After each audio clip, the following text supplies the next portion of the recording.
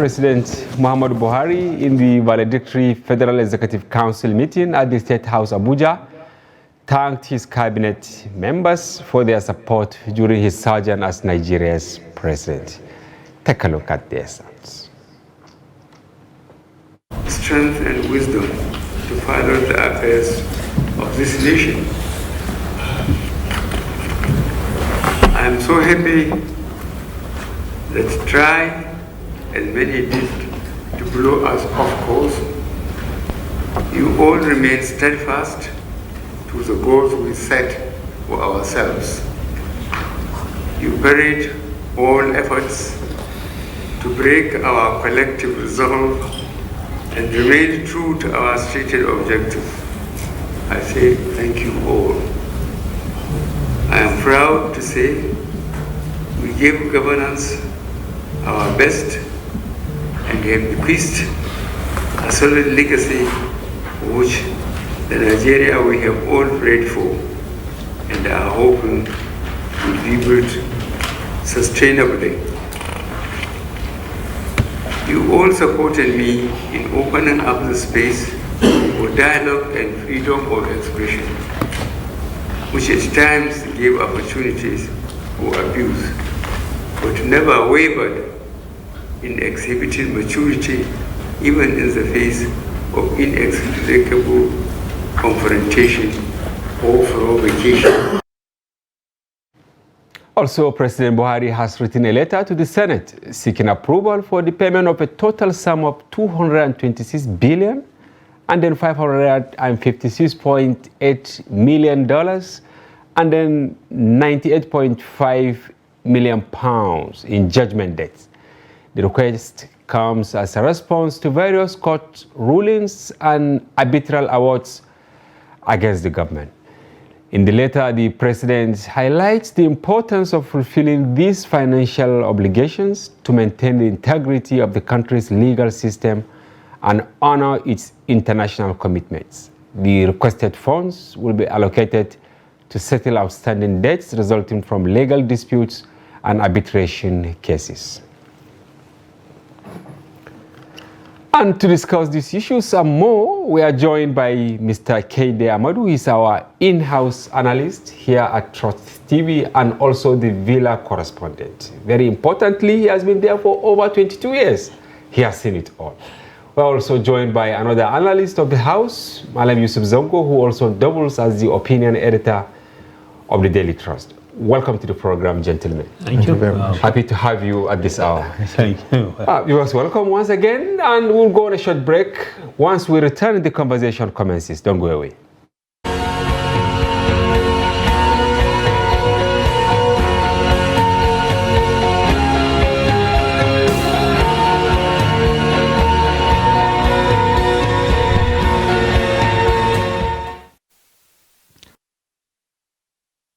Welcome back. Mr. Kehinde, we deliberately brought you today because you've seen it all, as I said at the, during the introductory part of the program. 22 years. Yes. Maybe we should start with you. Are you leaving the villa now? Or you will go for a break?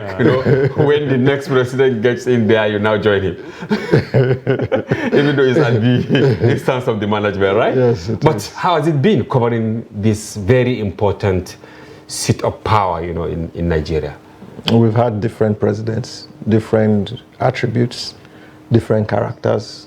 The underlying thing about it is that it's a security environment. Yeah. So there are so many things that happen within that are deliberately closed in. Okay. And it therefore depends on the character of the president to see how open the administration is. But the first attribute or character of government is to keep everything closed because it's a security environment. Yes. And was there any difference between how Buhari, of course a general, compared to Jonathan and maybe Yar'Adua, handle the facility? Yes. In terms of security architecture? Yes, there was a difference. Of course, President Obasanjo being a former military man. Yeah. You see similarities between his style of government and the style of government of President Buhari. Oh, there are some similarities. There are similarities Okay. in the way some issues are kept in the dark, or kept secret. And then they also knew the architecture of government, so they knew how to step around all these things. So you couldn't really capture them. They did what they felt they liked, and they didn't really pay heed to popularity. This is in comparison to maybe Jonathan, Yes. for instance. You know, Yar'Adua is entirely an enigma. He's an enigma. The first president that actually resonated with everybody he worked with. And it's unfortunate his tenure was cut short by ill health. But you'd see that that was a person that genuinely recognized people, would stop and greet. Oh, Yar'Adua. He would stop and greet when he was going into any meeting, and when he was going out, would also stop and greet. I think he really appreciated that position he was in. Compared to Jonathan, who really didn't believe he was president all throughout his... How do you mean? You know, he didn't believe he was president. I can see Malan go. Maybe we should cut you to take from him. I think it's surprising if you say, well, it's not that surprising because he was has been a child of circumstances at the at initial. From deputy governor, even from local government chairman to deputy governor, then governor by accident, right? Governor by accident, then vice president, unprepared of sorts. Unprepared. Well, you could because say he won. I think he won governorship, right? He wanted to go back as supposed to go back as a governor. Suddenly he was yanked off and sent to the way they yanked Atiku, I think, in 1999. He ought to have gone for governor. Yeah. So it's not that surprising if he behaved the way he did, because these are very delicate positions which, if you're not groomed, you know, for the job, or you don't have that background of administration and mixing with various kinds of people, you know, you can imagine somebody from Bayelsa, which is not a big state, you know, like Lagos. You can say somebody from Lagos can just try to cope much easier than somebody from. You served as editor-in-chief of, News Agency of Nigeria. You also reported from abroad. We have all gone to the U.S. I know that I also exercise around the White House, you know, in the morning or in the evening. You see people going around the White House doing exercise. I'm part of, nobody will disturb you. Can you go around the villa? No, I think initially, back in the 90s, we used to pass there. Through the villa, you know, if we're coming to work. Yes. This presidential villa. Yes. This presidential villa. There was the southern gates, which you pass through. You can cross from this side of DSS. Yes. You enter where the vice president's house is. You bust out at Spring Court, and nobody will say anything to you. Yes. At 1 a.m. you could pass there. So was it from 2009? Maybe. No, it was during of the Boko Haram. The Boko Haram. Yes. 2009, 2010. That's when that gate was closed. Yes. Now, very surprising. The valedictory today was closed door. Is it because of Boko Haram? As person who has been covering This is the first time since 1999 that a valedictory session of fake. And you know, it blew our minds. You wonder, because a typical valedictory session is about you and your cabinet extolling each other and extolling the nation. And so to now make that a closed door session, there is no explanation for it. You couldn't extract anything from that? No, the NTA, of course, the government media were the only media allowed inside the council. So like chamber. Trust TV now, Trust Radio, Channels. the newspaper channels and all that. Nobody. We were all waiting. And that is why when now they came to brief after fake, it was now Lai Mohammed that gave us a brief rundown of what happened inside, and then Femi Adesina now issued a statement, which is... What is your take on this? And I'm just taken aback, honestly, because it was an opportunity for them to say bye-bye to the nation. And I don't know really what informed that. Well, we wouldn't say, we can't pass a conclusion on it because they know what we don't know.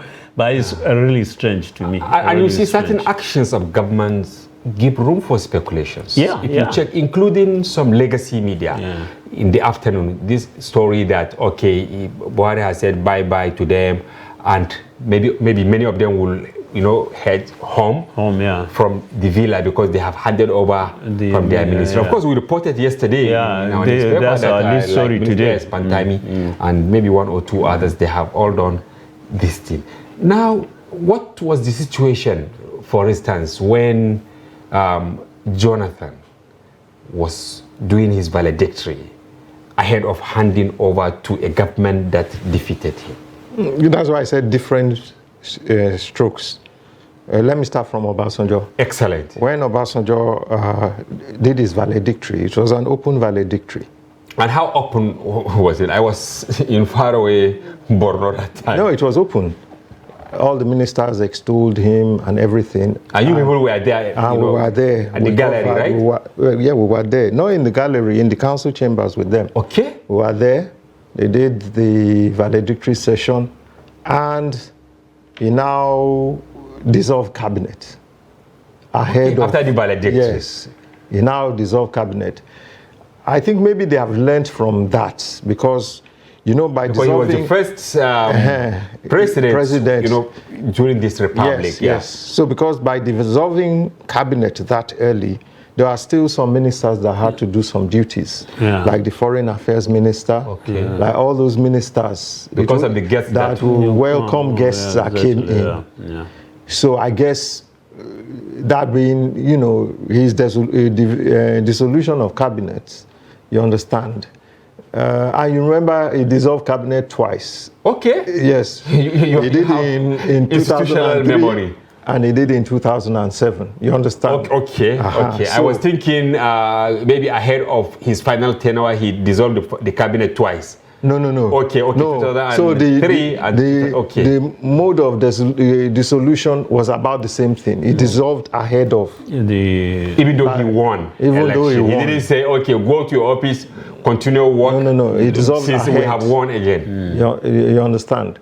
And I think his mind, but he now retains some ministers that would help him, because it doesn't sound well if a visiting head of state comes in and then you say it's a permanent secretary that is receiving him instead of the minister. So it has to be a substantive minister. Protocol. It's protocol. As a veteran, what is actually the spirit behind dissolving cabinet if someone maybe has won a second term? Well, like what? It's not legitimacy, right? It's the legitimacy. All right. Because they were reaching an end to one government and moving to another. So it's just part of the constitutional requirement. And these are also positions which have to be sanctioned by the parliament. So he has to dissolve and make it clear, because he has no power to say, Mr. ABC, you can just continue. He has to take the names to the National Assembly for confirmation. What was the countenance of the ministers when they came out today? Were they laughing, smiling, or some were frowning? They would laugh, but the general countenance would be, this era is over. It's over, and and so they were looking.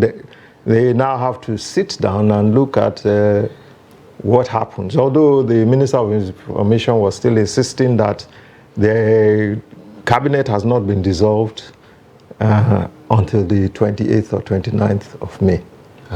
Because there was also... And that is the next question I wanted to ask Malam Zongo. Is it normal? Because they said the man from the villa, Obasanjo did not do this, and Jonathan did not do this. No, Jonathan dissolved his cabinet on the 28th. Okay, but was that the valedictory day? Or after the valedictory, when did they held, or you forgot? When he held the valedictory day. It was the valedictory day. Okay.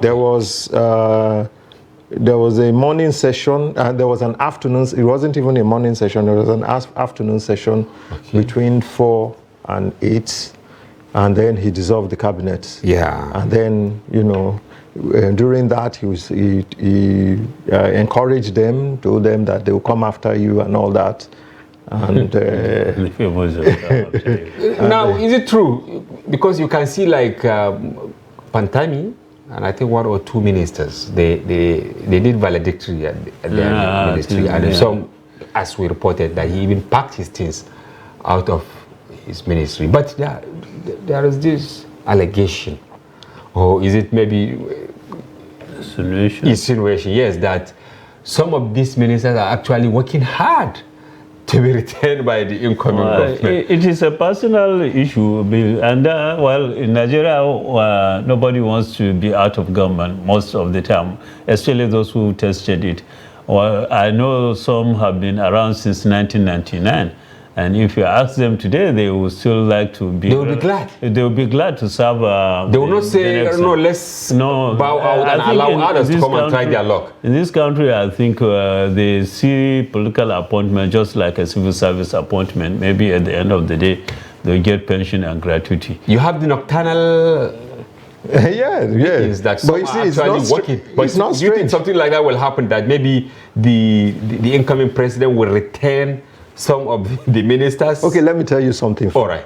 When he was going in 2003, there was actually a list, if you remember. That a list that was drawn up that said of 9 ministers that will come back.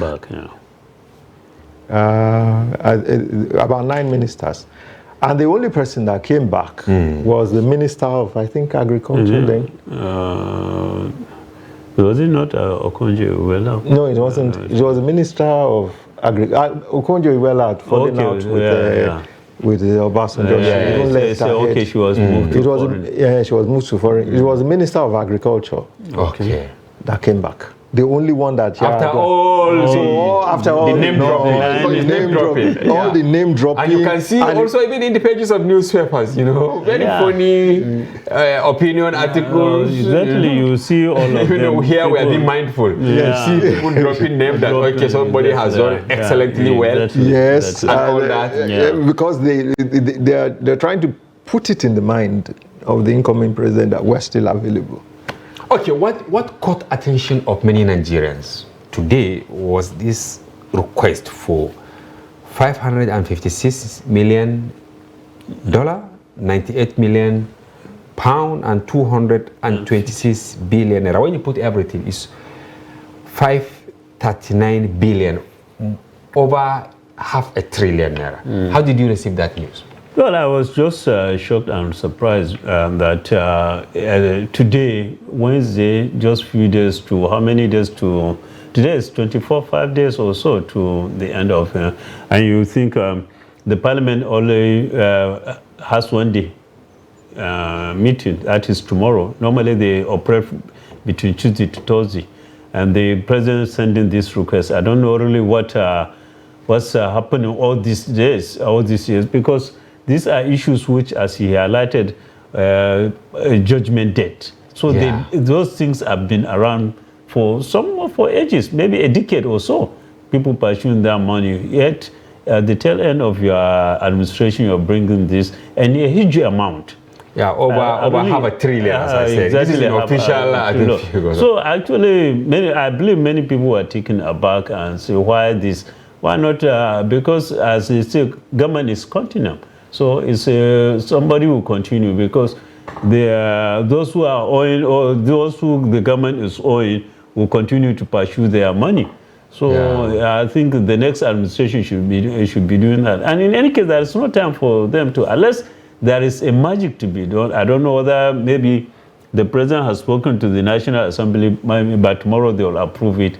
And it means the money is there. This money is there. Since they are seeking approval, not to borrow, but to just, get approval of the Senate. I mean, to now start releasing this money.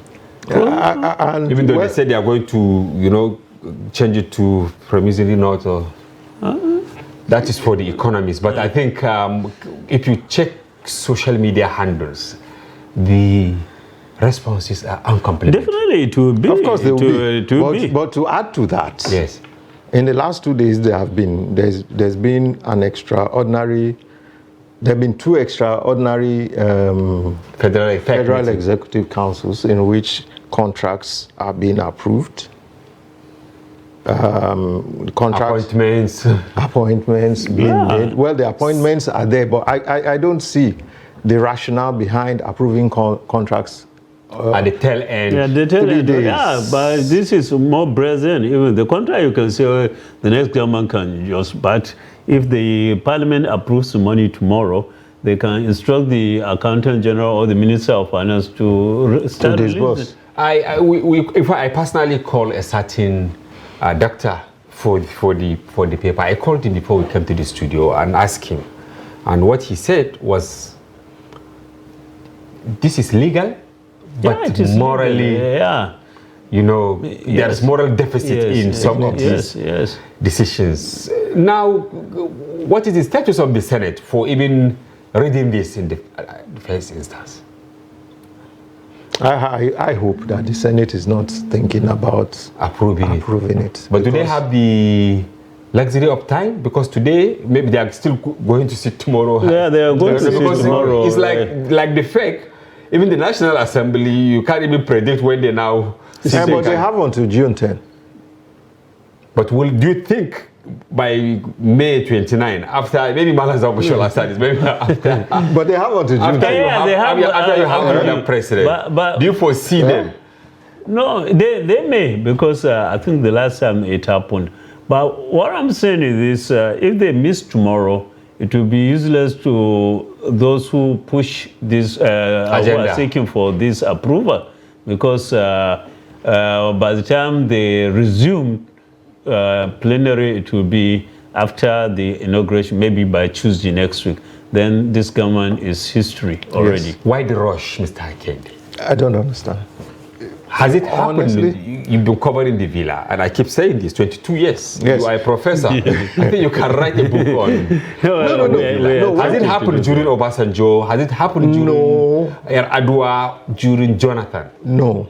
Even when... At worst, what would have happened is that as governments change from one to the other, there are some rules. As Malam Zago said, it's a continuum. Yes, there are some rules that are...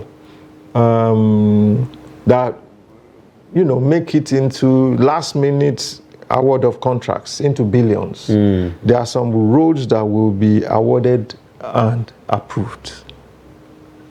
Next year, or next...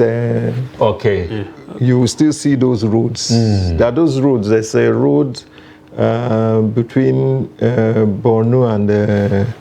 Kano? Borno and Kano. Yeah. That is constantly, then there's the east-west road. Well, that road I know, the first approval was in 2007, at the twilight of Obasanjo's administration. It was awarded.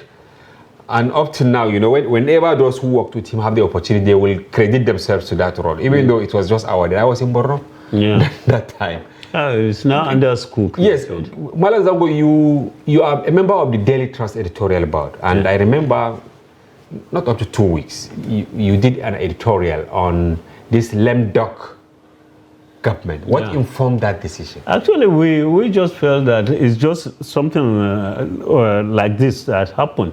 And you remember just recently the president approved certain appointments, and we felt, and board chairman, took board chairman, the EDC, which even before the Senate's confirmation, they asked them to assume duty Since you have brought it, I actually wanted to understand the spirit, but for this issue, yeah, you know, when the tenure of members of the NEDC, you know, it lapsed on 7th May. I may be wrong, but certainly, yeah, 7th May.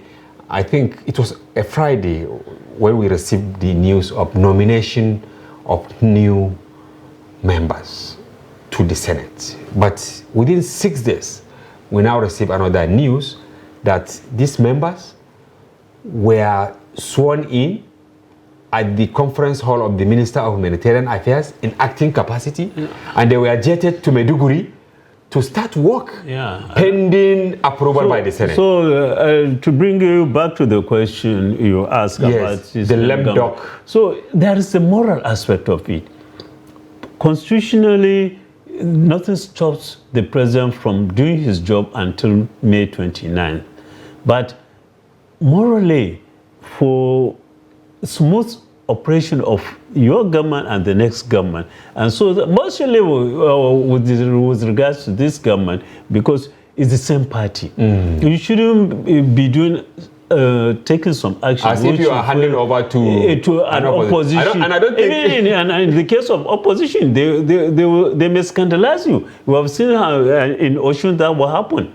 You know, the former governor, before he left, he appointed palm-sex and some traditional rulers. The new one came and said all of them. He flushed all of them out. With an executive order, right? Exactly. And proclamations. So, that what informed us. There is no law that stops the incumbent president from acting up to the last minute of his tenure. But that moral aspect of it. And I think maybe in this country we need a law on that, because it looks like we only operate while we are forced to do something or not to do it.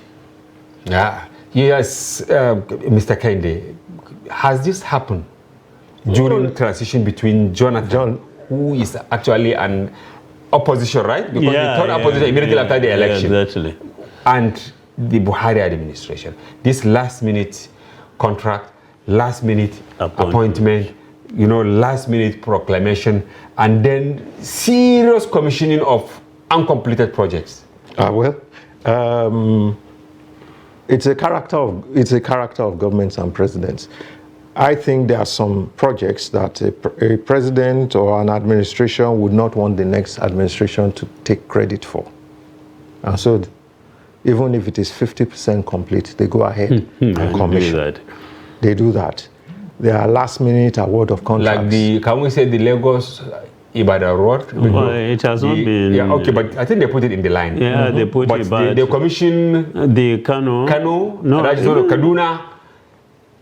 Kano. Yeah, Kaduna Zaria Kano. But I was surprised. You know, as newsmen, we read in between the lines. The statement they issued yesterday, they said completed portions of because there are Kaduna Zaria Kano. Because I drove through that road, I think about also 2 weeks ago, and some of our colleagues drove maybe 3 days ago. They said they saw contractors working against time.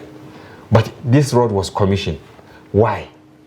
Because he doesn't want the next administration to, which is strange because it is one APC government to the other. Although it's not entirely new.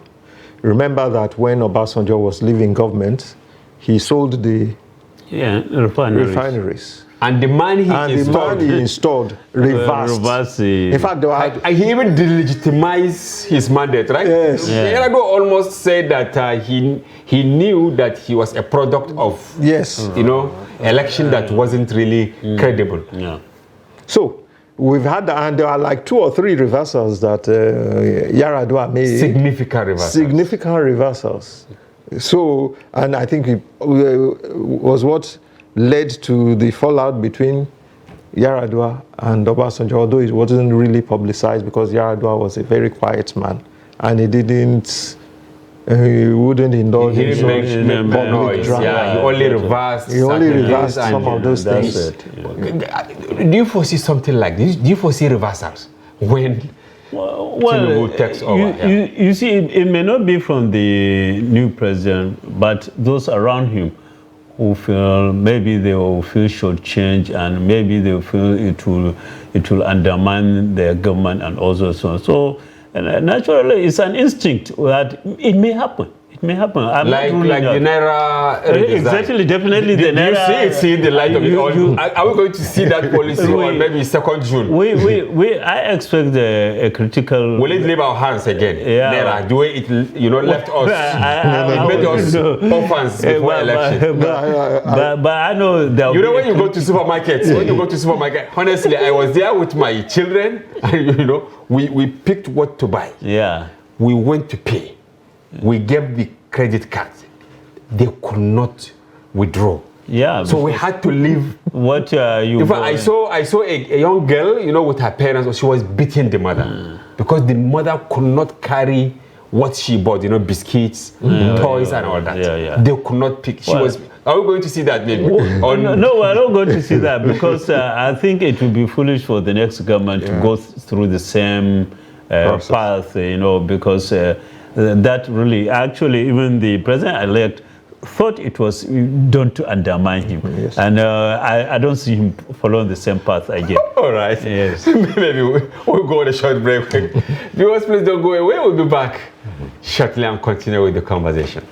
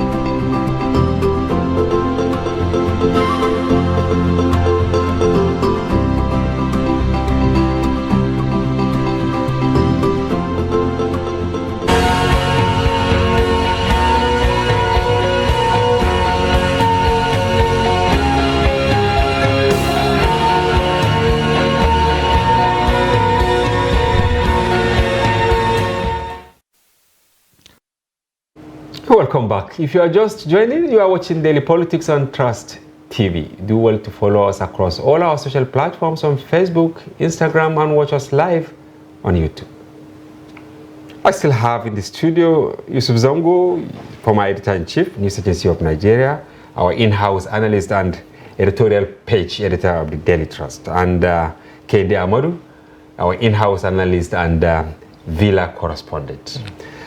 Yeah, now moving on to more stories. Honorable Ikenga Chinyere, the spokesperson of the Coalition of United Political Parties, CUP, along with 62 members elect from various opposition parties, have endorsed the All Progressives Congress consensus candidate, Honorable Tajuddin Abbas and Honorable Benjamin Kalu, for the position of Speaker and Deputy Speaker, respectively, in the upcoming 10th National Assembly. During a live press conference held in Abuja on Wednesday, Ochinyere urged other candidates who were relying on opposition votes to reconsider their aspiration and withdraw from the race. He emphasized that the opposition votes they had counted on will no longer be available, given the widespread support for Tajuddin Abbas and Benjamin Kalu. Take a look.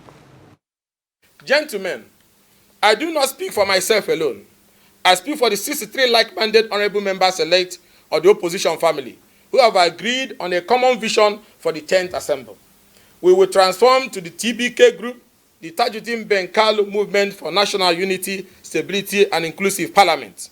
Our 63 votes without any dissent will go for Honorable Tajuddin Abbas for Speaker and Benjamin Kalu for Deputy Speaker in the coming days. Nigerians will come to know the identity of the DBK group and will also feel our impact in the coming days.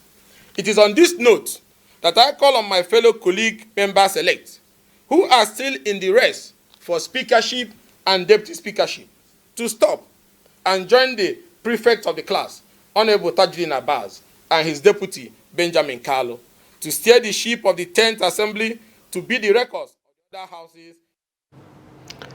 Similarly, senators have also made case for having Senator Godswill Akpabio and Jibril Barrow to have a shot at the Senate. Now, this back and forth, maybe I should start with you, who actually covered the villa. It's like everything is new compared to what happened previously. You can see the desperation in having the leadership of the National Assembly. Of course, we had it during Saraki, 2015, right? Yeah. But was it as intense as what we are witnessing this time around? I think the race for Speaker and Senate President that produced Saraki actually changed a lot of things, the dynamics. It set a new benchmark for emergence of leaders. Initially, once the party had spoken, everybody would fall in line. But now, even though the party has spoken, they have to go the extra mile to do the horse trading that will deliver the mandate of the party. And it has implications on rulership, on the relationship between the executive and the legislature going forward. Because in the first 4 years, despite the fact that we had what we would call a robust National Assembly under Saraki and Dogara, they were not in good terms with the president. So a lot of things didn't get done. Yeah. A lot of things. Horse trading for 4 years. Yes, for 4 years they are trying to seek the goodwill of the president. Look at how Saraki was taken to court. Yes. How he made attempt to also have the favor of maybe his colleagues to have their way, because there were times when they said they will even impeach the president and things like that. What is the implication of this? He made something significant, a statement saying it has wider implication on governance when party has spoken, but it was as if a laborer from the secretariat of the party was the one who spoke and said, okay, these are the consensus candidates. The members within the party, some are saying, no, we are not for this. Yeah, I think it is playing out just like what played out in 2015. And mostly in the House of Reps, where you find the combined number of the opposition will have changed the ruling party. They said a greater minority. That's what they call them. And you have the coalition of many political parties. So PDP, SDP, Labour Party, NNPP. Those challenging the APC now are using that as a bait. Look, we can also we can organize the opposition to support us, just like what Saraki did in 2015. He got the PDP to back him, and he won the contest. So it is still dicey. It's still, but I think the president will not just sit back and let it go, because it will define his presidency. We also saw Vice President-elect Shetima endorsing Barrow and Akpabio as Deputy Senate President and Senate President. You think the cause is clear for the consensus in court? But the national chairman of the party, Abdullah Adamu, admitted that they did not consult widely before arriving at this Yes, and that is, I think the president-elect went with the people he felt he would be comfortable working with. And there was no wide consultation. And that in itself was what brought about all the ruckus. But I don't think that the situation of the Senate is as complicated as that of the House. You think so? Yeah, because of the age, the maturity in the Senate? The APC has a greater, I think they have about 70-something members.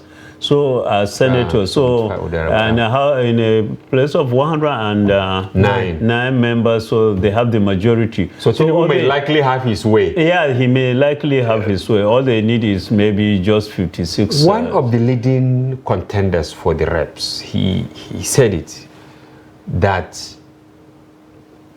some of these things were not actually the creation of Tinubu, especially the reps. Of course, you know, Tinubu, we hosted Senator Indume here. We hosted quite a number of people who said, yeah, Tinubu told them that he wants to work with Akpabio. But we didn't hear this in respect to Tajuddin. One of the contenders told some of us that Tinubu met Tajuddin, you know, a day before that announcement of endorsement was made. He don't even know him, that he was the product of Bajabia Mila. You have something like that? Yeah, I've heard something like that. And it will not be strange because those that are around the president-elect at this point in time will also have their candidates and will also have their hands in the pie. But I think also we are looking at this pre-inauguration. Yes. After the inauguration of the president, there is like 6 days where he has the full authority as president. I think you spoke the mind of our deputy editor. He said this, that despite the resistance left, right, and center and all that, the likelihood is that the dynamics, in fact, he said must change after Tinubu. The dynamics of the office of the president will come into play as soon as he's sworn in. Nobody would like to be on the adversary. An adversary of the president, especially in this country, because we don't have proper opposition, which believes in principle. Now that's the problem we have, because if they are doing it on the basis of principle, they will continue. They may be defeated, but that thing they will continue, and maybe in the next 10, 20 years they will succeed. Do you have a contrary opinion to what? No. That is what I believe. Right. I believe that all down the years, people that have stood on principles and have stood against the executive arm of government have paid for it. Yeah, they did. Yes, they did. So executive is so powerful. But you see, we brought some new legislators that, you know, they have a lot of energy in them here. They said they want to change the tide. And especially in the House of Reps, we brought a young person from Sokoto, he's just 33, and he said they have a club now of sorts, that even this issue of ranking and all that, they are going to demolish it. I don't know where they got the inspiration. Do you think they will succeed? No. And they want to have true independence for the legislature. I'm afraid I may say they may not succeed for now, but if they are resilient, they will see. I think they will be able to change. Because you see, the thing about change is that you don't go the whole hog. Sometimes the little you can get out of it is enough to move forward, because at least tarry a while, move, because it's politics. Is give and take. So, and if they are in the minority, they will have a very, very, very difficult way too. But they should be resilient and shouldn't be too ambitious to say, look, we have to change. Demolish is a wrong word for them to use, honestly. All right, moving to another thing now. People are taking this lightly, but the president is saying it for the second time, that he is going far, far away from Abuja. This is one. And when he leaves, even while at home in Daura, if anybody disturbs him, he will cross to Niger. He said this about 3 weeks ago, but he repeated this yesterday during the commissioning of the Customs House. What is the implication about the president He said, is it that he doesn't have confidence in himself that, of course, he can walk freely on the street after serving his country for 8 years, not to talk about all the services he rendered right from his military days? No, I just think he's saying, I'm tired. Let me rest. That's just what I think he's saying. And I think he is taking his cue from other presidents. Okay, well, one other president, because there are no other president, one other president that toed the line of interference. Yeah, and he got burnt. And he got burnt. Are you talking about Obasanjo? Yes. Okay. Because, you know, when Obasanjo left, he brought in Yar'Adua and Goodluck Jonathan. And when it got to a point, he fell out with Goodluck Jonathan. Yeah, even with Yar'Adua. He fell out with Yar'Adua. Yar'Adua was quiet. He was quiet, but he didn't do the drama openly. But those around him were saying, remember, Annie was saying there was no vacancy in the villa and they were abusing Obasanjo. Yes. So Buhari maybe is preparing the minds of Nigeria. That he will not interfere. When you look at the characteristic of Buhari, I'm not surprised he said what he said. Yeah, because he wouldn't like, after leaving the office, for somebody to come and say, please, I need a favor from the president. Can you talk to him? But now he has given out a signal, please, don't disturb me. But do you think he can settle in Daura? Your hometown is so far from Daura, just like my hometown. Yeah, Adua, not far from Daura. No, I don't see him settling there because fully because even before he became the president, he was more of a Kaduna man than that, and I think his even circle of friends, and now he's an international man because he can't run away from. So maybe his dream of being off everything will not work. Being, a former president who handed over to another president, just like Jonathan, for instance. Then he will be engaged in international diplomacy. There is no way he will not. There is no way the president will not call him and say, please handle this international diplomacy for us. I think, like he said, Malam Zangu said, the character of Buhari is to stay away. Even when he was one of the former presidents and they had National Council of State meetings, you could count the number of meetings he rarely go. He didn't go. He don't want interference. No. So I think based on that, that is why he's making. And the funny thing is that he jokes a lot. So some of these things I just said in jest, but because of his very strict and reticent demeanor, you would think that maybe he's saying something serious. Yeah. Now, what about those who don't believe that they will be handed over for now? Your final. As Obasanjo would say, I did laugh. I don't even understand why we're taking it this far. Because the Constitution has made a provision, and it didn't start today. I've seen it, Obasanjo, Yar'Adua, and all those kind of things. So I think we should focus on the development of this country. Okay, and finally from you, some are actually bashing U.S. for saying that they are sending, contingent and UK and all envoy in order to come for the inauguration. That is an illegitimate transition. How is it illegitimate? The Electoral Commission has pronounced the winner. There is no court ruling yet that has. So based on that, you can do it. And there is going to be an inauguration.